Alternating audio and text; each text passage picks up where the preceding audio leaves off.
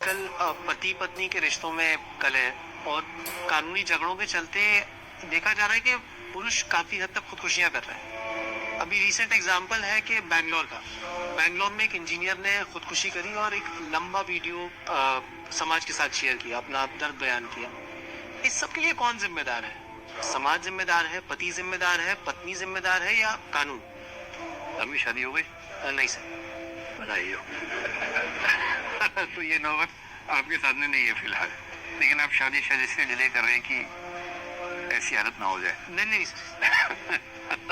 ऐसी घबराहट तो नहीं? नहीं सर। इतना डरने की क्या जरूरत है? ये बात सही है कि हमारे समाज में शादी के बाद महिला की हत्या होना एक सामान्य बात रही है।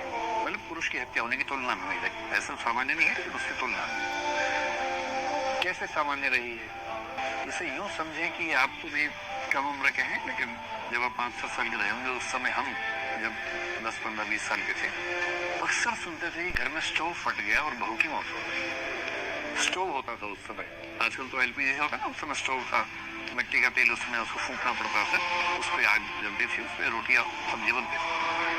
स्टोव फटने की खबर रोज हम अखबारें पढ़ते थे और हमेशा बहू ही मरी, पति कभी नहीं मरा, सास भी नहीं मरी कभी, ससुर भी नहीं मरा कभी, केवल पत्नी मरती थी।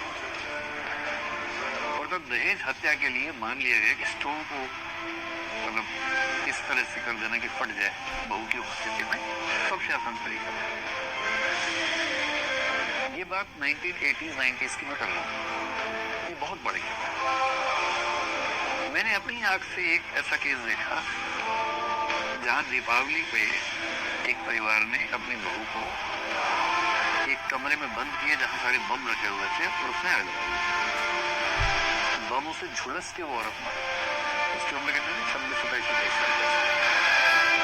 मैंने आज तक ऐसा केस नहीं देखा जिसमें कोई दामाद इस तरह से मरा, क्योंकि हमारे समाज में से जरूरत नहीं है, बहुएं मरती हैं, हम आदि हैं, अभ्यस्त हैं।